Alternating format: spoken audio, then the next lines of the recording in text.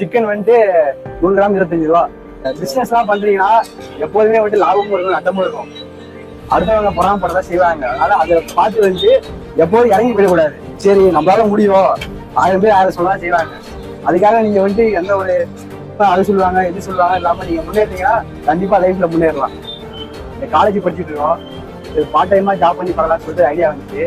அப்ப வரும்போது தான் நார்மலா அந்த கடைக்கு சாப்பிட வருவோம். சாப்பிட வரும்போது அண்ணன் கொஞ்சம் கொஞ்சம் பழக்கமானோம். அப்படி பழக்கமாகி தான் நானும் என் நண்பர்கள் எல்லாம் வருவோம், ஒன்றா சாப்பிட வருவோம்.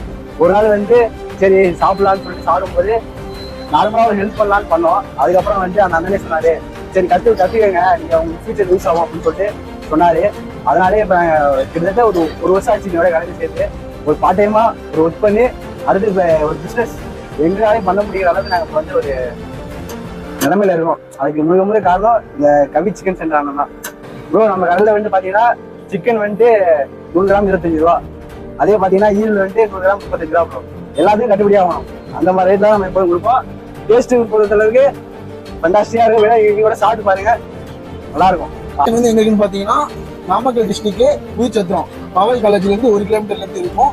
வந்தால் சாப்பிட்டு பார்த்துட்டு எப்படி இருக்குன்னு ஃபீட்பேக் சொல்லுங்கள்.